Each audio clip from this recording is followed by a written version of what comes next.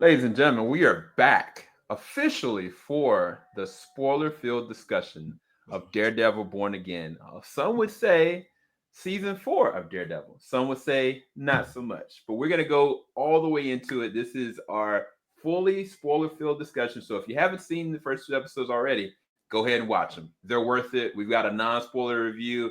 It's maybe like 20 minutes long. It gives us everything you'd want to know whether or not it's worth it. And I think effectively everybody here on this panel would say it is worth going and checking out. But I'm going to single out somebody first because they were not a part of our non-spoiler review, but they are here to stand the test of time because they have not seen any of the previous Daredevil seasons. So, Jorge, what's going on, Jenna? How you What is doing, man? going on, everybody? So, Jorge, tell me, one, your impressions of Daredevil, even though you haven't seen it, Yeah, versus what you got from these first 2 episodes. And you can be completely unfiltered because this is your moment. perfect. No, so coming into this blind, I the first opening scene threw me off more than anything. Because in my head I'm like, is this dude like Captain America who can get stabbed 482 times and just keep going? So from that aspect, it was very annoying. Just how it all played out. But the more you keep seeing, like the first episode and second episode, I was very blown away. And the storylines and the way everything played out, it sucks you in so quickly. The one thing that I do appreciate, and I think I was talking with Sam, with you a little bit, is you can come into this not seeing the previous Daredevils and not feel lost, which I think that was my biggest fear going into it. Um, I literally felt like I was caught up with the story and I kind of understood. And what I like is like it doesn't go back to like his origin story, anything like that. Like it just kind of starts off with him being Daredevil type of stuff. But I was very impressed with, there's little things that they showed which I'm sure if I watched the other seasons, I would be a little bit more caught up, or I would understand things a little bit more. And Sam was able to explain some of the stuff to me. But overall, I mean, I was super impressed with just how smooth everything was for me in terms of understanding the character, understanding, like obviously the bad guys and all that fun stuff. And just kind of the way the story was going and where I was at. It never felt like I needed to watch the previous seasons to understand and be able to enjoy this. So I think from that point of view, very excited. And then just in general, I think this is great storytelling. It's not, it doesn't feel like your typical Marvel. And I think for me that made me happy. I was very, very like sucked into it almost immediately. So yeah, so no, for me, I enjoyed it thoroughly. Hopefully other people do too. Yeah. Well, if you had to rate it from A to F, what would you have rated it Um, thus and far? this is just the first 2 episodes, right? Thus far, yeah. Okay. First 2 episodes, um, I would give it a solid B. Um, Once you get past the first 2 episodes, that letter is gonna change. I can guarantee you guys that. But the first 2 episodes really like suck you in and make you like truly enjoy it. Like I was sucked in and enjoying it. And I'm not sure if you guys talked about it in the non-spoiler review. I have no idea how this is gonna come out. Is this like, are they releasing all the episodes, or is it like a couple episodes and then like one a week type of stuff? So with this, the original Netflix series, it all came out at once because that's Yeah. how Netflix used to roll. With this, it's going to be the first 2 episodes, and then it's weekly from that point. Okay, so I think that is a brilliant move because you are going to want to stick around and figure out what happens. Yeah, so no, I then that makes me even happier because I think that puts everyone on an even playing field per se. But no, I thought it was great, and the acting I thought was great. The fight scenes were actually really well done. So yeah, I this scene I really enjoyed. And I have to be careful because I'm not sure if some of the scenes that I want to talk about are in episode 3 or episode 2. So I gotta be cautious at what I say. But this scene is awesome. I love the tension that they put between both of these guys. It's very, you literally kind of feel all the turmoil that they have every time they're on screen together. And I think, just kind of looking at it, you still have, because I think in this scene David made in a weird way like a backhanded tie to Echo, because he was talking about of like, oh, did your last like mentee like shoot you in the face, and he was like, yeah, he did. They did, which cracked me up. So I think if anything, by watching this, I think it's going to make me want to watch the previous seasons that much more to kind of understand and maybe even fill in some of those like jokes or try to understand like his suit a little bit better. Because if it wasn't for you explaining how the suit worked, like for a second there, I was just like, dude, like this is getting very cheesy in the first like 3 minutes of the show. But no, I love it so far. Yeah. Wait, hold on a second. Wait. So, Jorge, you've never seen the original 3? I completely misinterpreted. So you've never even seen the other 3 seasons? Yeah, no, not at all, man. I bypassed it. This is like Jesus, the second coming. Like I didn't see the first. Yes, right. That's a bar right there. Wait, so can I just ask? Can I just ask why? Why did you do that? Why did you do that? Why? So lots of stuff. I never got into all the Netflix, like the Jessica Jones. Okay. I really never got into like all of those. Sure. The Punishers. That's also when like it was like superhero overlord. Like everything was getting dropped so much. Okay. Didn't have That's the true. bandwidth to do it, because when all those were coming out, like Marvel was shooting out what? Agents of S.H.I.E.L.D., Runaways, Sure. Cloak and Dagger, all of it. So much. But I meant more so not at that time. I'm talking like now. Why now did you decide to watch the new season but not watch the previous seasons in today's time? That's what I'm curious about. That is a great question.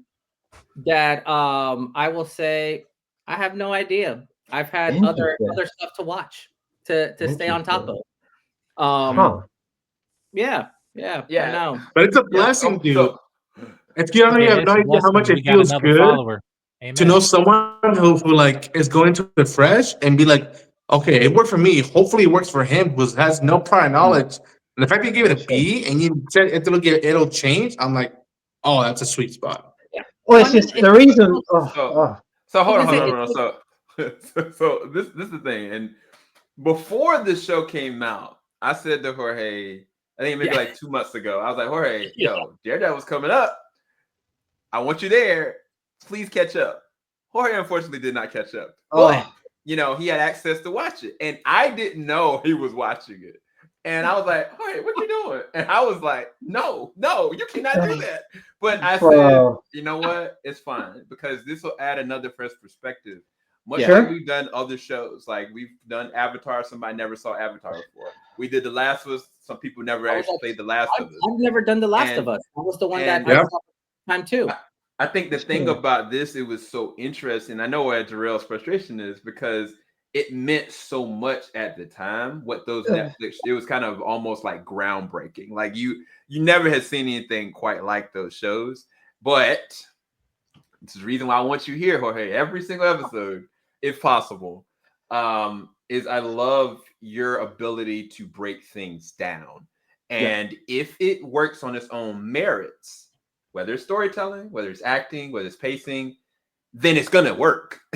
And this is coming from somebody that with Euphoria, right? I watched the first 2 episodes of Euphoria first before watching the whole entire series. I looked at that and then I went back, watched the whole entire thing just to catch up. So I've done it myself. So I respect you, Jorge, and your opinion on that. But let's go ahead and get right into it. So the beginning of the episode, Unfortunately, a lot of people are going to be hurt by this. But this trio right here, you know, they started it for us. You know, Foggy is Matt's best friend. Yeah. Karen, you know, was brought in by association. You know, and you'll see, Jorge, when you go through the first season, like they bond together. The way that they function and the way that Matt needs to function is they all have to work together, emotionally, mentally, and physically being there. And through thick or thin, like they submit that. And the way that they kind of maneuver through this episode is well shot. Like they showed you all the feels of what you remember. They went to Josie's. They went and they hang out at a bar. They went and talked and conversed. You could tell that Matt and Karen are trying to figure out their relationship still. It's not completely cut off, but it's at a pause. Foggy is still the smooth criminal like he is, sitting there flirting around on the side. And at the same time, foundationally, Nelson and Murdock, what they always do is they try to stick up for the underdog at their own detriment. And so Foggy was going and trying to help somebody, keeping somebody at his home spot. And then all of a sudden you see somebody twiddling, you know, a light bulb and using a paperclip kill a freaking fly. And I was like, yo, if any of you guys remember the old Daredevil film, that was a callback to Colin Farrell's like doing that same exact thing, which is very funny because I think he did it at the very end. Yeah, when he was all broken up, it was hilarious. But I knew immediately that was my man Poindexter, and I was like, well, "How's Jorge gonna know what this is?" Like, I was concerned because I was like, "This is going straight in." Like, if you have no context, you're like, "Yo, who is this serial killer that's out killing everybody?" So let's go off of that because I think that for each of us differently hit different. In my personal opinion, I think it hit different for Jarrell. I think it hit different from Jorge, from what I've heard. For me, Mike, and as well as Ronin, and if Bizzy was here, he would say the same thing. Because for me, I was anticipating it starting with a bang, but I didn't think it would go the route that it did. And honestly, after watching it the second time around, because I think the first time I watched it was just so much going on. Like it was a lot to watch. It was a lot of CG happening.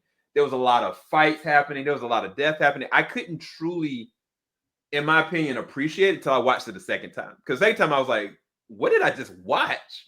And it was a slaughter. Like, essentially what happened in Poindexter is, of course, Bullseye.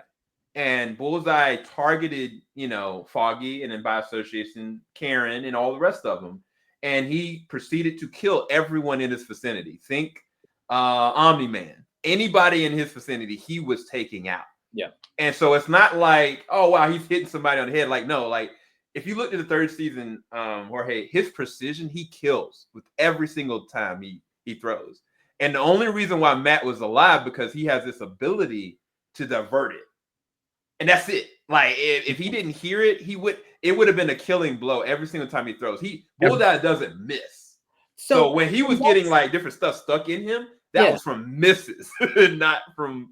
So in that scene, the part that threw me off, obviously that bar has a lot more sentimental value to you guys than it did to me. Yeah. What I got from that scene was you have all these like lawyers and cops kind of hanging around. Mm-hmm. You had so many people pulling out guns, but not one person used it other than, you know, Homeboy who was throwing little like katana knives at Daredevil nonstop. And I kept seeing that, and in my head, I was just like, why the flip aren't these people shooting at this guy? Like they clearly see him like. Well, no. I know exactly what you're gonna say. It was all intentional. It was all intentional because the first thing you did, if you remember back, he threw the tear gas in there. Yeah. Right. If you're a cop in there, everybody in that area are people that you care about. So it's like even if you have like a clear line of shot, like you're not gonna take the risk of shooting somebody else. And he knew that. And that's what he did third season. Yes. He did the same exact thing. Like he never gave anybody an opportunity to get anything on him. No. At all. Yeah, at all. Like he closed all loose ends. Yeah, that was the one thing that I'm like, you see all these people pulling out their guns, but I'm like, they didn't want to hit. They didn't want to hit anybody else around them. Okay, and then do his partners, do they know that he's Daredevil? Yes. Okay. Yeah, they know. Yeah. That one scene where he was talking, the one guy who died, he was talking on the phone, and Murdock just leaves, And in my head, I'm like, oh, that's a little weird. Like no one is like, oh, where did he go? And then, but you got the line from Foggy. He's like, I didn't want to tell you because I didn't want to give you an excuse. I didn't want to get to go back There's out. subtle stuff telling you the history about it.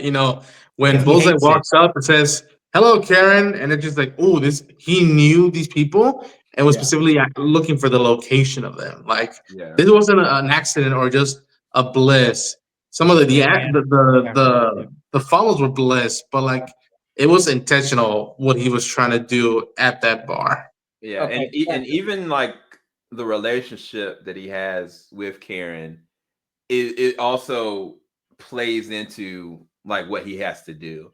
To the point that, and I brought this up in our non-spoiler review I can't remember if I brought it up then. Yeah. When Matt is at the top and she's already traumatized. She's gone through a lot of trauma. If you've seen the first season, you'll understand the levels of trauma. She's always a person that kind of leaves trauma. It's too much for her to handle mentally. But with this, she's literally holding on to the last breath of Foggy. And then when he goes, she hears the thud of somebody fall. Yes. And she didn't know if that was Matt. And that when she turned around, she was terrified that that's who it was. And then when she turned around and realized it was Poindexter or Bullseye, that also messed her up because she realized he's broken. Like Matt has broken his code. He killed somebody. Okay. See that I captured that as when he fell, it was more, I don't want to say like a cry for like justice, but it was her like turning around. And in my head, it was like she's fighting to understand if she doesn't want to turn around because she doesn't know if it's Daredevil or the other guy. Mm-hmm. And her seeing that it's the other guy, it's almost like internally, the way I read it was she was extremely happy that, the bad guy died or, like fell off the thing. But she was also, and I don't want to use the word disappointed, but it was like he got pushed to that level where he, like ended up committing murder. Yeah, he compromised himself. Absolutely. Yeah. And it's sad because what was he supposed to do? I mean, it kind of goes back to like if you go a Man of Steel situation, like he was not gonna stop. And even with the fall, I don't know if you noticed it, he got right back up. And I know that probably confused you as well. It had to have. Yeah. I'll let Mike divulge what that means for everybody. But Mike, how and why did Bullseye get back up? We can talk about the fight in a second, but how did he get back up? Because now pre-Disney, the fight scene. So basically, the last time he saw Bullseye, he was going through surgery because he had like a 2-on-1 fight between Daredevil and Kingpin the final season, and Kingpin grabbed him and just broke and put him against a wall, whatever, and broke his spine. Which in the comics he has broken his spine, but and you saw him getting surgery, right? You saw him getting surgery, and then he wakes up.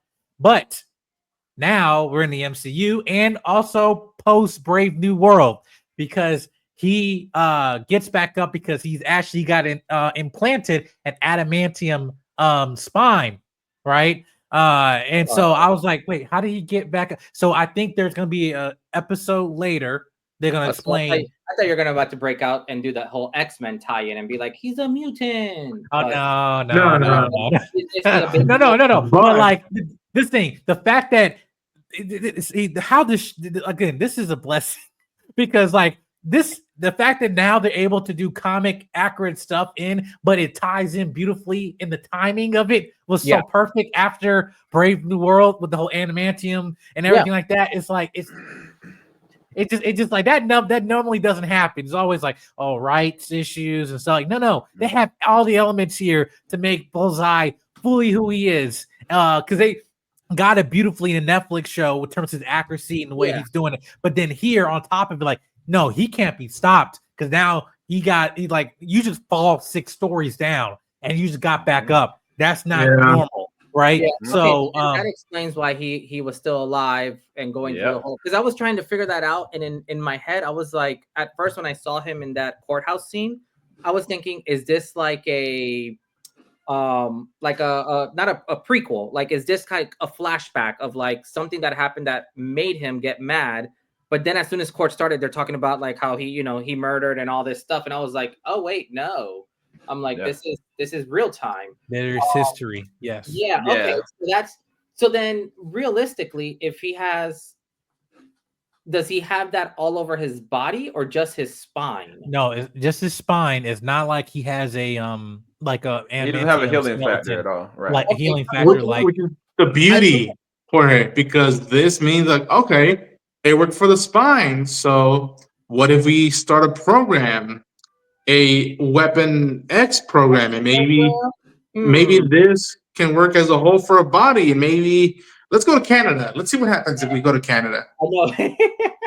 No, that's true. It does a perfect segue into like a Logan / Wolverine type of situation. No, okay, so that is interesting. Yeah. Also, can I say this? The editing, sound mixing for that scene, once we get to the rooftop, is so heartbreaking and so beautiful. It's almost like an orchestra. Yeah. How you see Matt trying to fight this dude, and yet his mind, his attention is on Foggy's heartbeat. And you see a point, Matt stops Bullseye from falling out of the building, and yet once he starts hearing the pulse, he lunges him over without throwing him fully, and he's just hearing Foggy, hoping that and then when he goes, Charlie, the scream he lets out is oof. Now the cop that ends up coming up at the end of that scene. Mm-hmm. So does everyone in that bar know that he's Daredevil?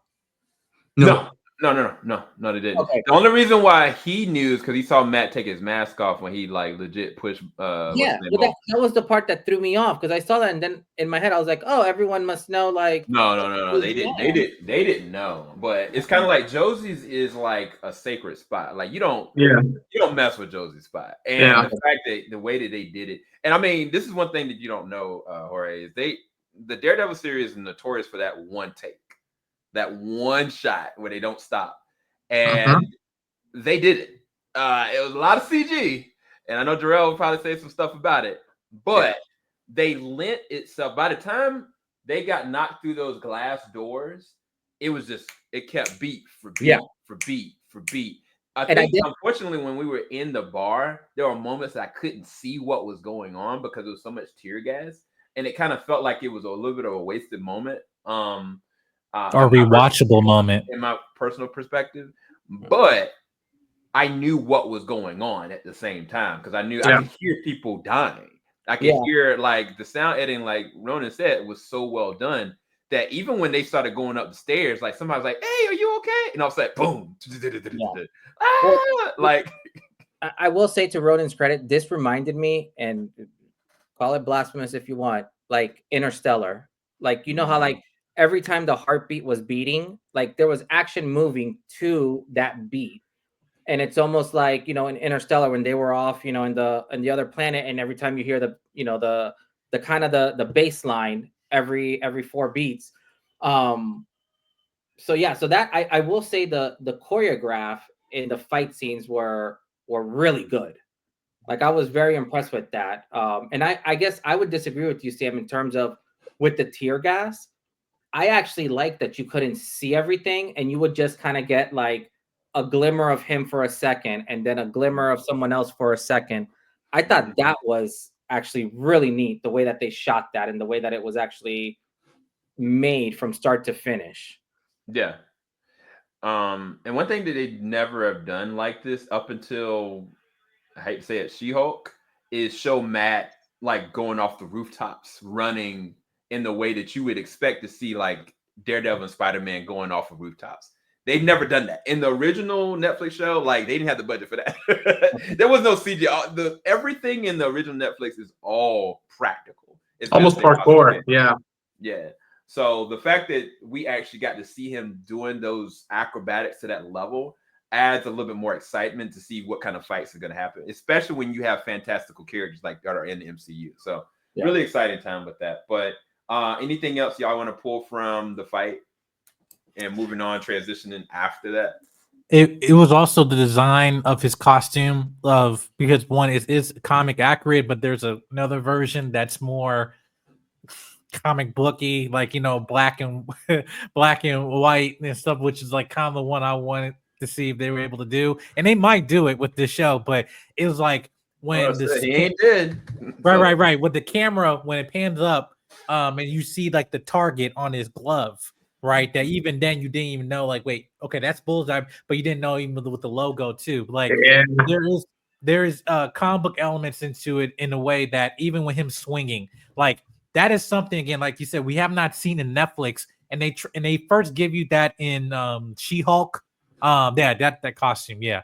Not far from it, just that again, it's evolved. All this, Daredevil has new costumes. Yeah. Bullseye will get new costumes too. But that is comic accurate though. It just I like different versions. But yeah, I feel like with this is like him swinging and doing stuff with and everything. Like that's like comic book, almost like webbing that you see Spider-Man do. That in the comics, Daredevil has. But like, how are they gonna animate that? But this can clearly do. Like I'm talking about 2004, 2003, Ben Affleck Daredevil swinging, like and stuff. But it's like it's bringing the fantastical elements to the show, but still keeping it grounded. And I think it's gonna be an adjustment for older fans, like for newer fans, like, oh, okay, that's cool. But for us, it's like we're now getting elements like, if a Peter Parker Spider-Man shows up in this world and in this city, and is this person able to keep up with him? This version, yes. And Netflix, probably not because of the budget. But it's like, yeah, you definitely see where they're putting their money into with this. But it's just like, I just love like the vantage points of us. Like we're following, like we're still grasping the fact that like, oh, yo, like he's just been shot. But I'm focusing on that. And it's like, wait, okay, the tear gas with the in the bar and all the stuff is going on. And like people, and you're not processing people like are getting killed. So it's not that it's that I don't feel there were missed opportunities. It gives you opportunity to rewatch that scene and catch other hidden detail, which that's just good writing and directing. It's just like, hey, I might have missed something. Let me go watch it again. You get in. Is there things about, yes, things are good to digest and like, all right, that's a lot to process. And there's other things where I'm like, you create rewatchable content. Yeah. That's which for Disney Plus Marvel, they absolutely need. So that's where I'm like, this sequence alone, the first 5 minutes, like I am rewatching this when we see it again. But yeah. To me, to finalize the opening is how just random Matt throws him off the building, and the shot of like exterior shot of just the body falling from the building was so bleak, simple, not operatic. That like looking at it, we're like, oh no, what did he just do? That was my whole thing. I'm like, oh no, Matt, like what did you just do? Brutal opening, heartbreaking. Set the stakes up, almost like welcome back to Daredevil. But don't forget, anything could happen, and be careful what you wish for. It transitions to an amazing opening credits with the forming of the statues, molding, and then you see the Nelson Murdock page plaque breaking, crumbling, and it's just like each time I'm not gonna get over that because that is just heartbreaking. But we cut to it, and it's a year later, folks. It's a year later, and the trial is set, and you see the ramifications of what happened to Karen, what happened to Matt, and how even at this point, Poindexter does not give a F and gets sentenced to life. And you see Matt being pissed that like he got off lucky, that he like almost he wanted a reason to put the suit back on and not have him go to prison so he could, give him hell on the streets. But to me, the first scene where it's just Karen and Matt outside the court is so heartbreaking and real. How did you guys think about that? Yeah, that scene was unique. And I think it was, she said one phrase in it where she was like, Matt, you're not the only person who lost someone that day, type of thing. Because it almost seems like, and this is where, obviously I don't understand their backstory as much, but understanding what they were showing me at that present time, it almost seems like Matt completely, like reclused himself and kind of just tried to process it by himself. without thinking about, no, like that was our best friend. Like that was our trio that one of them, you know, died. And we didn't help each other out. And I think that was the scene where she gives him, like, she pulls out The little horn. Yeah, the horn from it, Yeah. and gives it to him, which for me, it was just like, it was weird because I guess I look at it and I'm like, you would think someone would have grabbed his mask or something, and for her to have like that little horn this whole time, and to give it to him, it's almost like I took it in a weird way, like a slap in the face of like, you know, almost like, look what you've done, like look what you became, and like to give it to him almost like as a reminder, as of like, hey, like you done messed up type of situation. Because throughout these first 2 episodes, you could tell that I don't know if it was in the bar scene or it was right afterwards, where they showed the little news clip of, is it called White Tiger? Was that the guy's name? Yes. See that. And for me, I was thinking, oh crap, is that from like previous seasons that I just didn't know about? No. And you know, that will get explained later on, episode 3. So stay tuned for that one. But no, but you start looking at it, and for me, it just almost seemed like you had 2 best friends who kind of had a situation happen, drifted apart, and one of them is almost understanding that he messed up and he's trying to reconnect, and the other person's just kind of like, you know, so sorry, too late, like you lost your chance, like we can't do this together anymore. Like I've gone through, you know, like hell on my own, and you went through it, but we're at different places now. And I think it was her way of, or at least that's how I interpret it. It's like her way of like releasing that frustration that she may have been holding with him, and just being like, this is on you now, like I'm good. Like, yes, she's still hurting all that, but at least that's how it read to me when I first saw it. Like, Yeah, you guys know how it really happened. There's history about well, between, you know, Karen and Matt, you know, but regarding with Foggy, with that whole situation, both of them have their own ways of, you know, of processing things traumatically. However, with that scene, I feel like, which we know Karen, like, she's coming back, but it's a realistic depiction of something like, hey, when she made the line, it's weird how one tragedy destroys everything, and then she's saying like, no, it didn't, you know. Yeah. But then it's like, it's giving an ounce of hope, but it's almost saying like, survivor's guilt, everyone's going to respond differently with this. So that's where I felt like, to me, like, for someone that have not seen, like, it wasn't out of character, because, you know, realistically in friendships, when something traumatic like that happened, we're all going to respond differently and have our time to process emotionally and come back in our lives, especially if you're adults. You know, going, you know, have your way of moving on and stuff like that. But yeah, no, I felt like, to me, this was a beautiful pickup, definitely a dramatic punch in the gut. If you're watching the shows consistently, to get to this, it's like, all right, we're ready. Wait, what? You know, that's, and like, this is a punch in the gut for this, and I felt it was earned. I don't feel it was meant for shock value. Yes, for shock value, but you know, when shock value as terms like, okay, oh, I wasn't expecting that, but I forget about it. Like, no, you feel the weight of Foggy in the many episodes when you watch this entire season, which is not only a testament to the actor, but also testament just in terms of the writing of that character, where it's like, yeah, we're in a different show, but this is still the same heart of the story, where it's like, yeah, we're in a different time in Daredevil's life, but his spirit is still here, and you're feeling that when you're watching Matt, and the decisions that he's making and everything. So unlike other shows that do character deaths where it really pissed me off, this might piss me off at the first moment, but I'm like, when I saw the remaining episodes after this, it's like, no, this makes sense and this is earned. Like, I'm gonna say it like a Last of Us. Like, listen, it sucks, we hate it, but it's like, this is real. Yeah. This is real. Yeah. Like tragedy, not like it's not like when when death comes.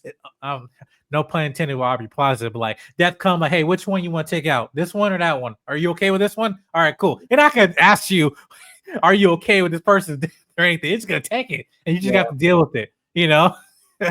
So that's where we don't have a choice. It's like we can't expect that to happen. Even like when this situation was with friends. In this world that we're living in, this part of New York City, which we'll get into like in the scene that now 1 year later, just seeing the scope of New York like we never seen it before on Netflix, and it involves what now Kingpin becoming mayor and stuff. So it's like it's a whole nother element to this, where it's like, listen, we have history in this city. Now we're changed individuals. How do we operate with that?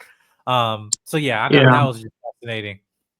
I appreciate that how much, like we said, how much Foggy means to us, but like the lack of presence between Karen and Foggy is felt throughout the series, and is a testament to who Matt is without them, and how much he can still stand on his own, but not for long. And I like that, like even with new characters involved, that they're not forced upon us, and yet they're like, "Hey, man, we barely known each other, but like we're here to help. Like we were there that night. We also suffered through an attack, and I appreciate that his new partner right now at the firm is trying to get him back on the street in a romantic or via healthy mental health way, and to get him back in the rhythm. And it transitions to Vincent.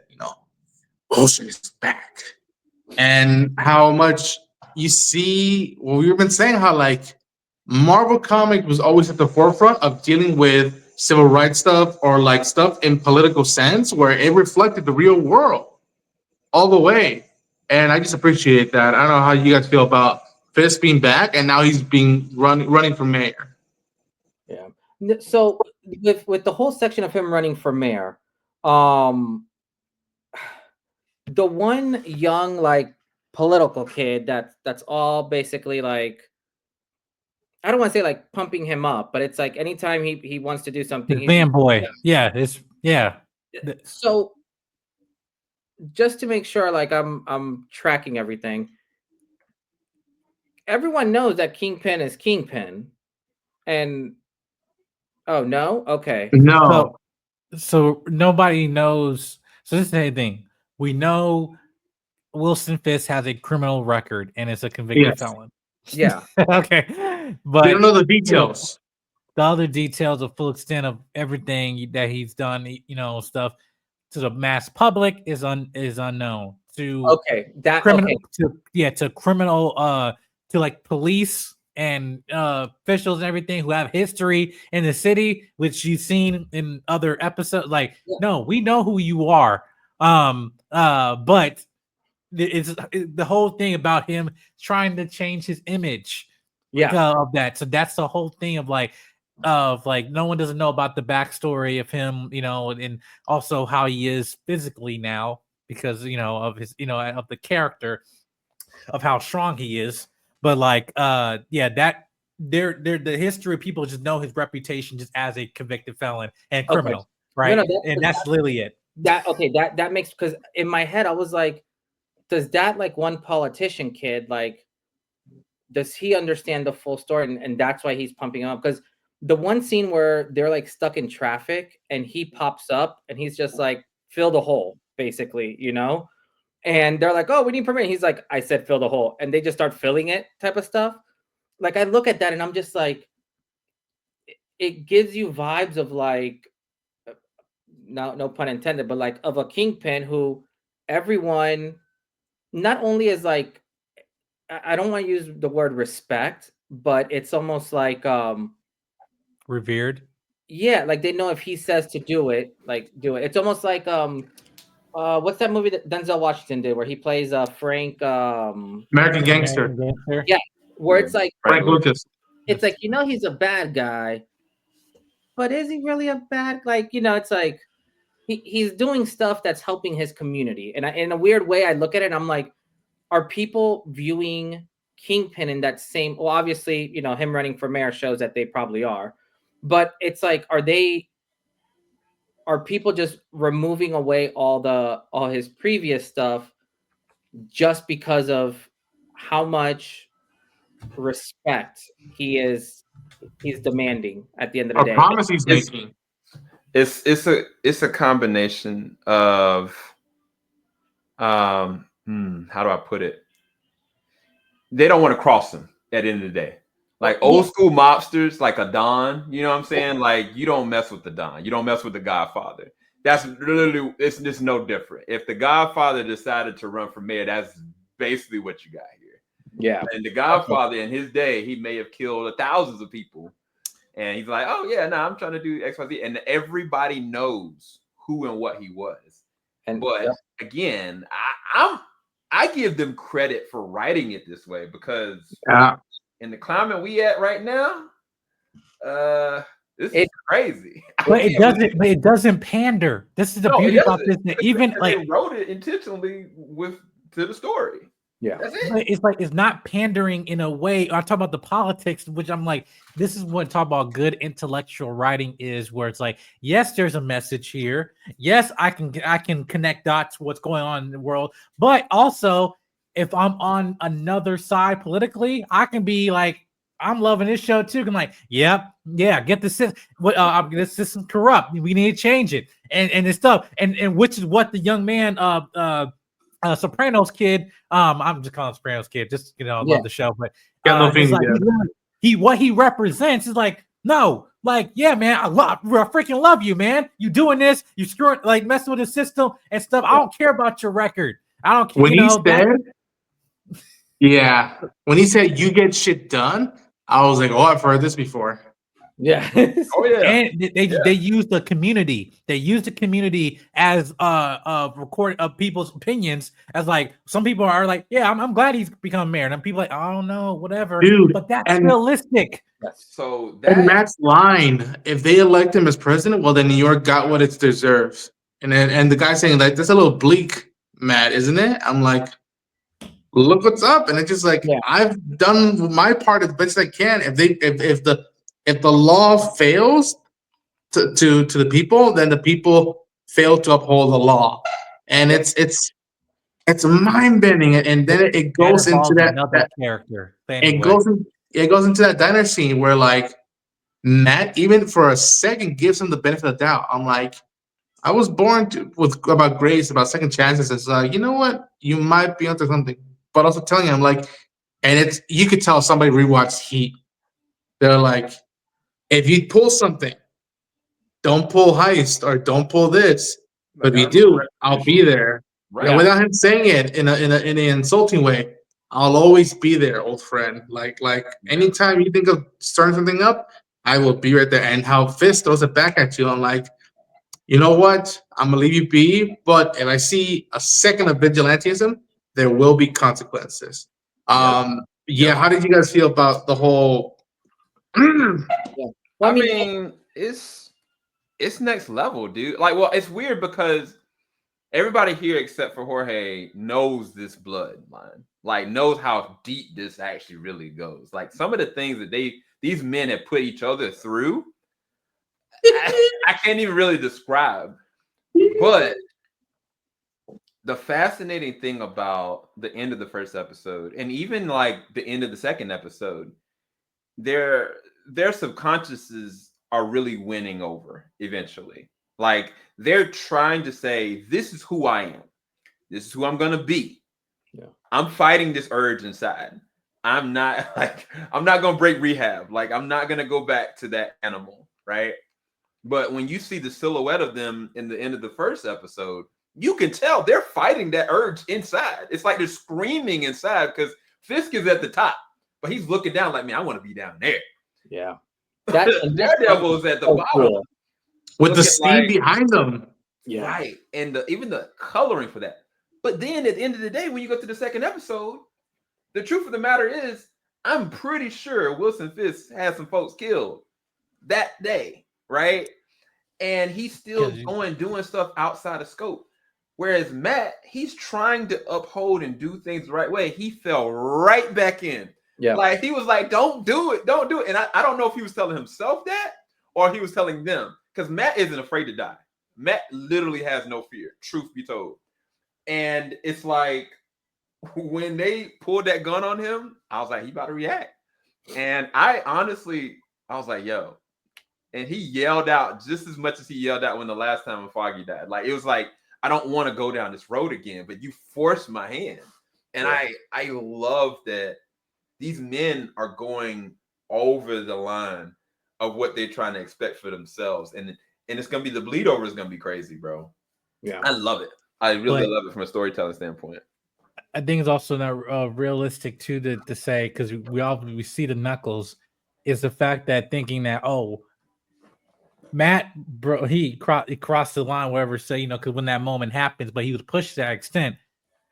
And yet you've seen the Knuckles. I think we're waiting for an episode to come, seeing like what Wilson is doing on the side, because like it's almost a recovering addict going through withdrawals on both ends. Yeah, it's like even when you see Wilson in the office, like here and in his suit, it's like now he lost some weight, but it's not like the suit's too tight or anything. It's like he's like you're catching it. You how he's like, I don't like this. It's like in his head, he's like, I know I want to like do this for influence and power, but at the same time, like this isn't me. This isn't me. Like this isn't my nature. Like my nature is to do, and yet he's trying to get that, I guess, release or from something else on the side that he's doing. I don't know if he's actually Xing people off on the side, or he's doing something just to like hitting a wall or whatever. I don't know. But like he's probably killing people, but it just is on the side. But it's like a recovering addict on both ends. It's like, no, this is our nature. This is thing, whether it might be not good for us, is like this is true to who we are. We still need to feed that, person inside. It almost reminds you of when you put like two magnets together, like but with the polarity opposites, where like you're trying to mush them together, and they want to go back to like their normal selves.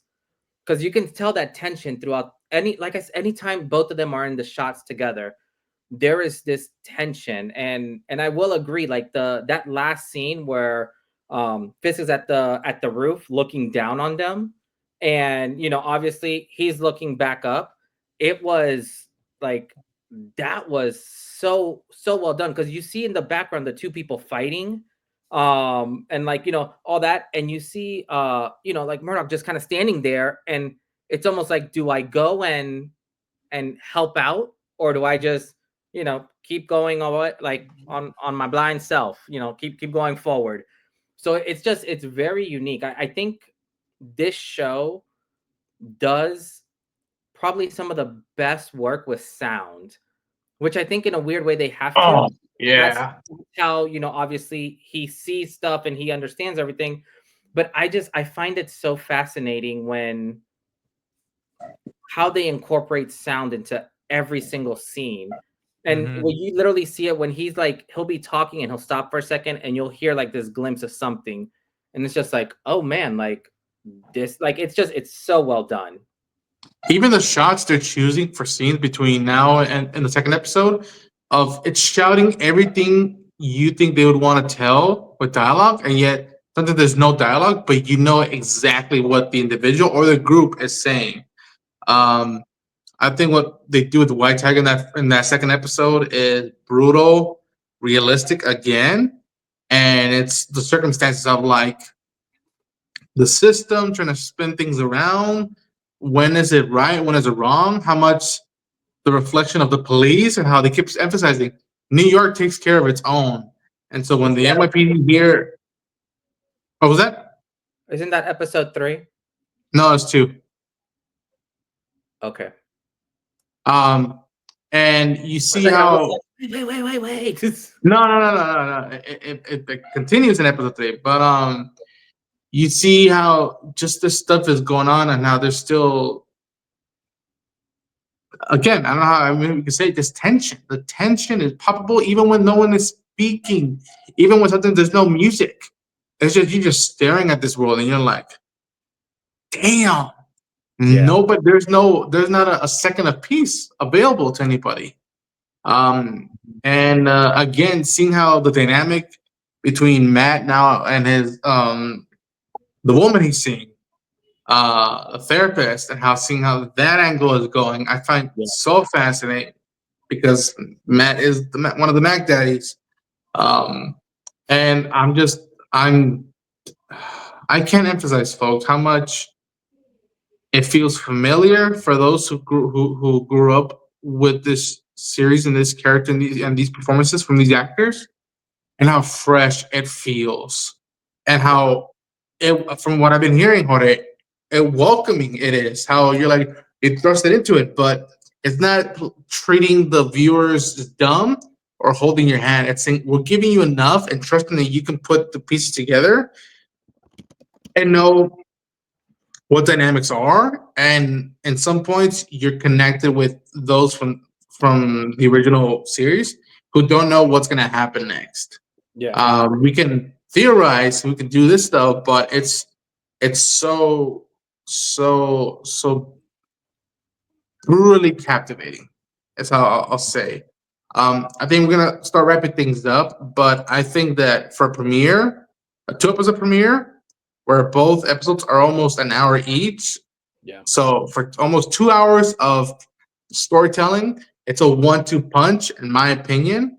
And I can't wait to see where it leads off and how audiences stay with the show. Because I have a gut feeling that like nobody's gonna be able to let go of this series, even as much as they want to tell themselves. Like, no, they're gonna want to come back and know what's happening. Sam said that like his final ratings is that it's an A for these 2 episodes. That he dug it, he appreciates the stuff that's continue on, and yet the stuff it brought on new. And I'm very, very eager to see how much more stuff hooks people who haven't seen it before. And if I'm not mistaken, either the second episode or maybe in a future one, because again, some of us were privileged to see up to episode 3. There is some references that, again, quick, not take too long with it, but hinting at like, oh, we're aware of where we at in New York, and we're aware of what's happened since the days of the first 3 seasons, and I appreciate that as a fan. I give it an A. I think that I applaud the cast and the crew behind this. Kudos to the writing and the editing with it as well. I really, really appreciate this as a fan of the character and the show from the first 3 seasons. But boys, what did you guys think of ratings and final thoughts? I would say, well, first, I think Jarrell is in the backstage. If you want to let him in, because I think he wants to jump in and give a final score. But I'll say for me, I will, like I said, I the first 2 episodes only, I would give it a strong B. You know, obviously not knowing all the backstory and everything. Now that I've seen more than it and I've gone past it, that score is changing rapidly. I can tell you that much, and it's projecting in a great direction. I'll go with that one. But no, this has just been, at least for me, it's been such a breath of fresh air compared to the standard Marvel that we've been getting. And I think for me, if they can find a way of keeping kind of this type of grittiness somehow in it, I think it'd do. This is wonderful. Like, this gives me a lot of hope, because obviously, like, some of the more recent Marvel films that have come out in the past month or so, I have poo-pooed on. So being able to see this, I've been very happy, and I'm very hopeful to see where they're going to take it. And I'm loving the story so far. So yeah, for me, it's a solid B. Like, no hesitation there. I'm gonna let Jarrell go. Miguel, you're muted. Go for it. Yeah, sorry. Yeah, can you guys hear me? Yeah, we can hear you. Perfect. All right, sorry. Yeah, I just got back. Okay. I don't even think it's really worth me speaking, but That's not true. You're speaking now. Go ahead. Yeah, go for it.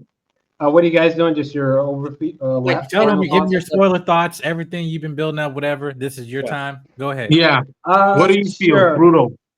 Yeah, I'll try to make it quick. Is it the first 2 episodes? That's what First we're Yeah. two First two? episodes. Okay, it says on the screen. Oh boy. I'm gonna tread lightly with episode 2 because unfortunately episode 2 and 3 are sort of like fused in my brain, and I don't have my notes readily available. But no, I thought episode 1 was 7. I think all 3 episodes that I've only seen are like a 7 out of 10 each one individually. I guess from a letter grade, that's probably like a C plus, at least on how I judge things. Like a C plus so far. It is absolutely baffling that Jorge has it just started Born Again. I don't understand, but yeah, Daredevil season 1 through 3 is extraordinary. It is outrageous. He has not seen them, particularly when we're talking about the death of Foggy. That's such a when you if you do go back, that's going to be such an insane way to learn about the character. But anyway, I like it so far. I'm nowhere near the rest of these guys. They're just so giving. My goodness, it is good. It's not bad. I definitely by like a landslide. I think it pales in comparison to the original seasons. I so far it's easily the weakest season so far by a large fucking margin. Oh, wow. But it is good. It's very slow so far, which is intriguing. Not that there wasn't slow moments in earlier seasons, but it was just done better. Definitely shot and edited better for sure. Jesus.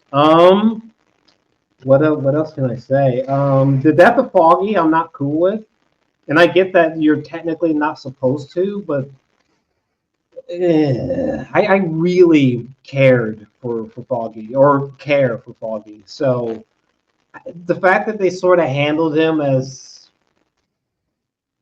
if he was just like I don't know, you saw him before and now he's gone. Hey, look, new characters. Just like what are we doing here? I was not a fan of that.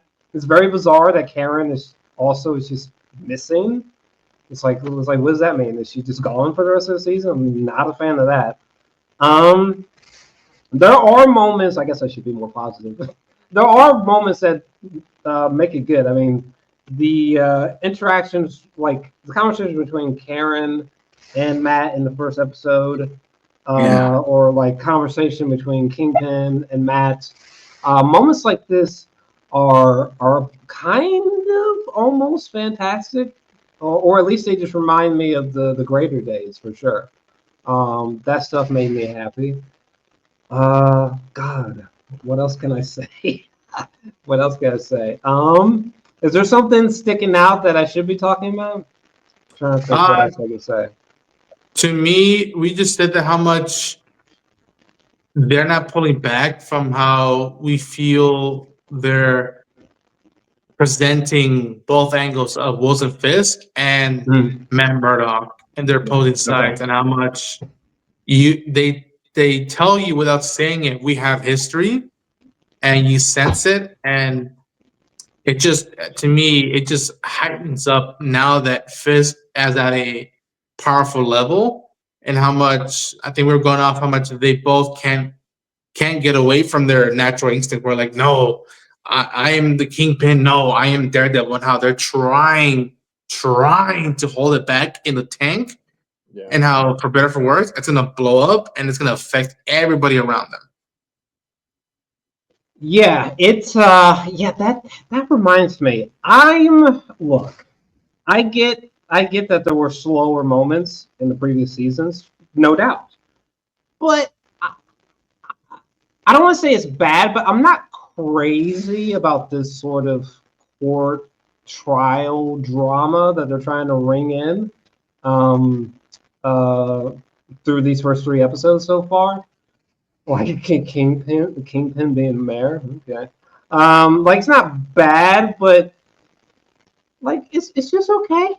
It's okay. This isn't God, what's that famous black and white film? Was it 12 Angry Men, I think it's called? Yeah.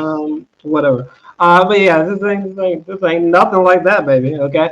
Like it's okay, it's fine. It's not like something crazy is going on. And that's not to say that like there needs to be action popping off all the time. I was just telling Ronan one of my favorite moments I shout out quite a bit from the series in general is just simply Matt Murdock sitting in a confessional at a church, talking to a priest. Just those simplistic scenes literally give me goosebumps. That's another intriguing thing so far.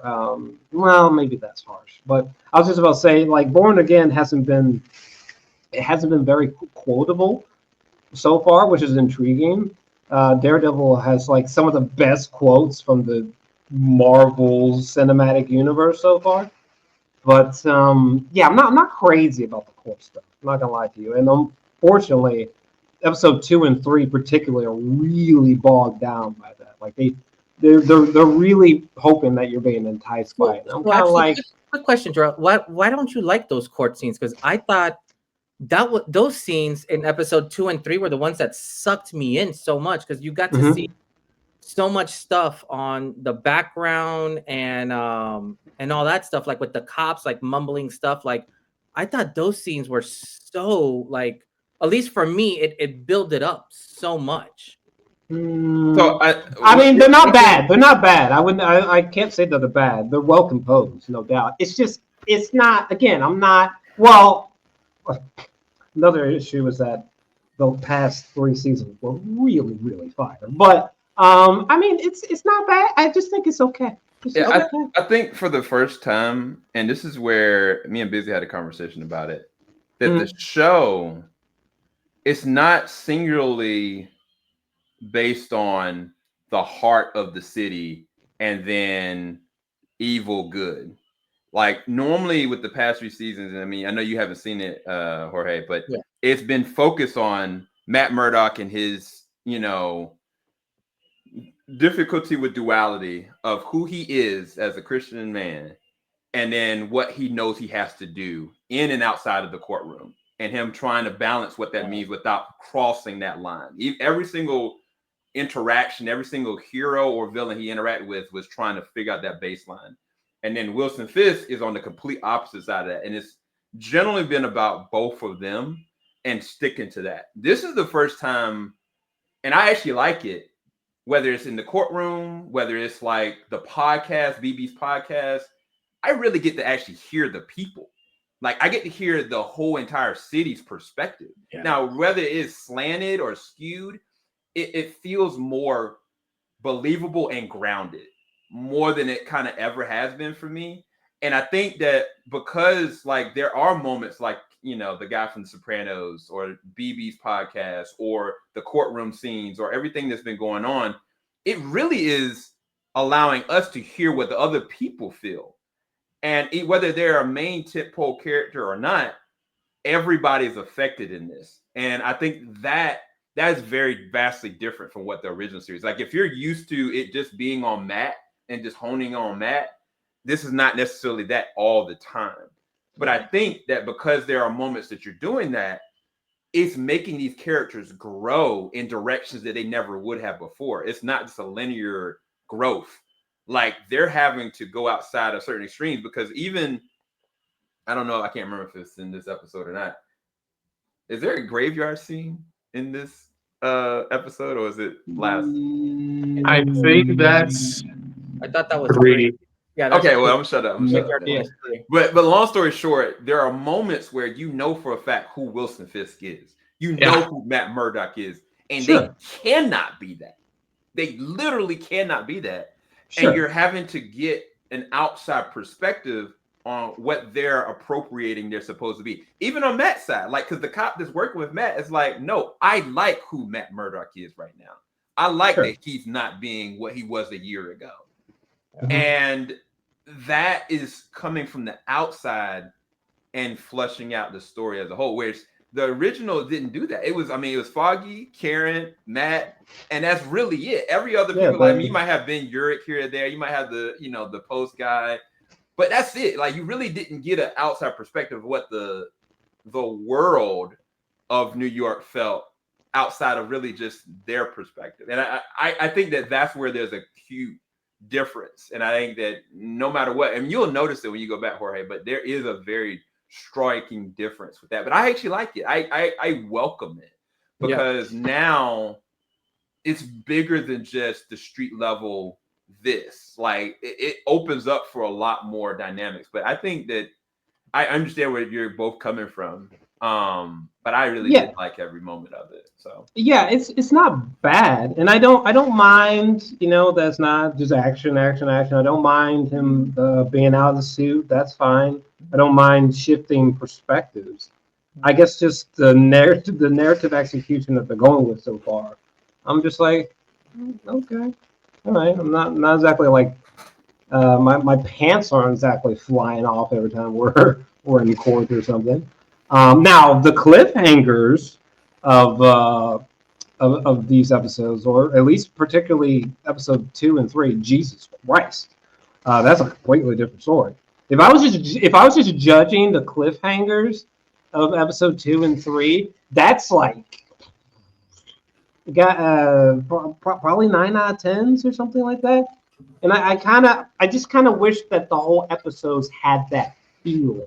They didn't have to have the things that happened, but I just wish that they had that feeling, because that's the feeling that I get when I watched the episodes from previous seasons. But it's just weird though, because even when I go to like the first season, there were moments and episodes like that, but it was a slow burn the first season. Like the endings ended off huge. But the episodes themselves, and I think that's where Mike was getting into before. We had the luxury of watching these all at the same time. Like we binged these. There's no one I know back in the day that just looked at one episode of Daredevil. We looked at it all the way through. So it's kind of like the perception of what that means of like a slow burn is very vastly different than what they're trying to do here. But anyway, we've gone over longer than I was supposed to. Ronin, I apologize. Thank you for leading the charge with all this. Can we give closing remarks and then final letter grade 8F for first 2 episodes? We already did that except for Mike. Oh, or okay. you and Mike. Mike and Drow, yeah. Okay. Go ahead, Mike. Like I said, I give it an A. Only an A solid because it only saw the first 2. Let's see how the rest of the season. They give it might be an A+, but it's almost there. But yeah, I'm gonna have to rewatch these episodes again because I need to pay attention to details that I didn't get from the first viewing or the second viewing. Because it's that good. But yeah, I'll give this an A. And I'm looking forward to, again, enough meat for weekly episodes, which I was afraid how they're going to structure this. Enough meat. This is how you do Marvel television, where I'm like, I can wait a week off of this. I need to process what just happened in this episode. So, yeah, A. Thank you, Mike. All right, Jarrell, closing remarks and rate him. Yeah, closing remarks. Like I've been saying, just episodes 1 through 3, 7 out of 10s each. That's like a C+ for me for each episode individually. It's good so far. I just would hesitate to sort of like fly off the handle and be like, oh my God, this is so great. It's just as good as what it came before. I love it a lot. I'm like, I don't know about all that, but it is good so far. And I am very curious to see where it's going because I have such a deep love for Charlie Cox's portrayal of Daredevil and the world that he's in. Yeah. For me, closing thoughts on the first 2 episodes. I can't believe how the second episode ended.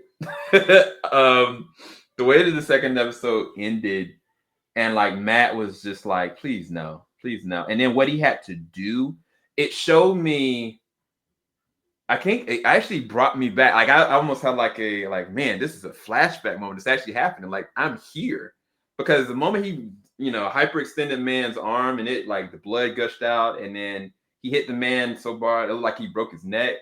and then Matt like dealing with his own grief with that, what he did, I loved it. It was near perfect to me. And then the first episode, the way that it ended was such a statement to the rest of the season.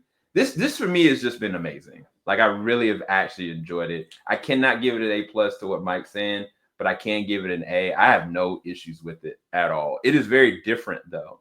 I will not go here and say it's exactly alike, but I wouldn't want them to. If they continue the 4th season, I wouldn't want them to keep the same exact thread. It has to go in a different trajectory to give us balance. And especially now it's been like an 8-year stretch. Like the fact that they're able to get it to this level gives me promise of where we're going to go with another season for this. So this is an A easy for me. Yeah.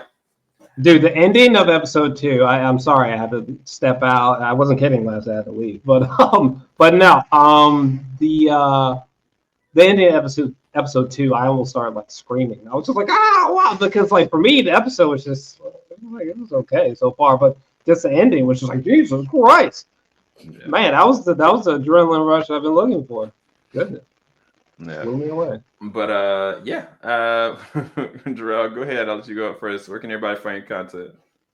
It's on the screen. Jarrell's Alexandria. That's my main hub, which is my YouTube channel. Just as you see there, you can find my content there. I do reviews, small reactions, mostly movie related. Yeah. And Mike with the Popeyes. Where can everybody find you? Wrong. Actually, there's a good home cooked meal for my wife. So yeah, which is better. Here. Damn. But yeah, you can find me here at Jedi Mike 7. Brought to you by Solo Media. Got a ton of coverage and stuff coming up. Have an interview from Prime Video, new show House of David, which is an amazing show. That's coming out. I have the interview dropping that this week, and got some other video essays and stuff coming up. And also CinemaCon is around the corner. Yep. You can find me there. Also some articles I write on Multiverse Color, but you also find me here at TeamJVS as well. Right, thanks, Mike. Ronin, where can everybody find your content, man? You can find me at Ronin Chain on YouTube on all the socials. We're going to be wrapping up Invincible Season 3 in the next few weeks, so you better stay tuned for the coverage for that. And yeah, this and April is going to be wild, so stay tuned. Subscribe to the channel. We're almost at 1,000 subs, and I got a lot of crazy ideas coming in the next few months. Thank you, Ronin, for holding it down. Last but not least, Jorge. Yo, well, as always, you can find me here. You can also find me on Oh So Fast Reviews. Be on the lookout. Be dropping a couple interviews with the director and actors from Meet Cute in Manhattan, which is a new rom-com coming out, I think in March. Definitely go check that out. That's going to be dope and awesome if you're into rom-coms. And then also I'll be doing a lot of coverage for South by Southwest here coming up. So be on the lookout for that. But other than that, yeah, you can always find me here on TeamJVS and hanging out and doing all my reviews and stuff. Yes, sir. Thank you all, gentlemen. This has been insane. I'm pretty sure it's going to get even crazier. But until then, everybody go and check out our non-spoiler review if you haven't already. And then moving forward, we're going to be doing episode discussions each week. So we'll talk to you guys soon. Have a good one, everybody. Peace. Peace.